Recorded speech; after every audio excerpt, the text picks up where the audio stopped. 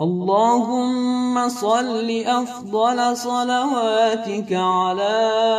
أسعد مخلوقاتك سيدنا ومولانا محمد النبي الأمي وعلى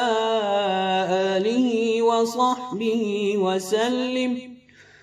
عدد معلوماتك ومداد كلماتك كلما ذكرك الذاكرون وغفل عن ذكرك الغافلون. الله الله الله الله